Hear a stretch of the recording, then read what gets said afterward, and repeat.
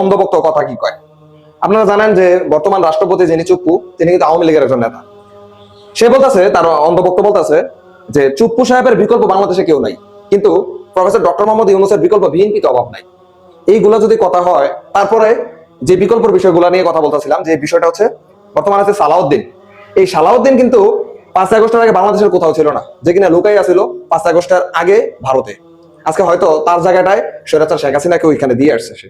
এখন প্রশ্ন আসতে পারে যে সালাউদ্দিন সাহেব যে কথাটা বললো যে বিকল্প খুঁজতে পারে, এই করবে, তাকে এই জায়গায় বসানোর জন্য যে অধিকারটা দেওয়া হয়েছিল, যে এই ফ্রিডমলি সে এই দেশে আসছে, সেই বিষয়ে কিন্তু কেউ কথা বলে না। আজকে দেখেন, সে যখন পলাই আসছিল, যেইখানে আসছিল, আজ পর্যন্ত এত অত্যাচারিত নিপীড়িত সে ছিল, কিন্তু আজ পর্যন্ত একটা মামলা করতে দেখছেন তাকে? কোনো মামলা করে নাই।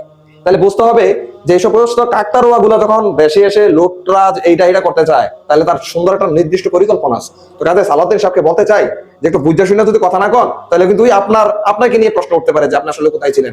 ছিলেন তো গুহায়, লুকাইছিলেন, গর্ত থেকে বাইরে হইয়া এখন এসে বলতেছেন কি যে বিকল্প ইউনূসের দেখে নিবে। কোন জনগণ? জনগণ তো আপনারাই, আপনাদের দলের জনগণ গুলো বলতেছে এই সমস্ত কথাবার্তা। তো কাজে কথাগুলা বলার আগে 100 বার 200 বার এই সমস্ত জিনিস চিন্তা করে আশা করি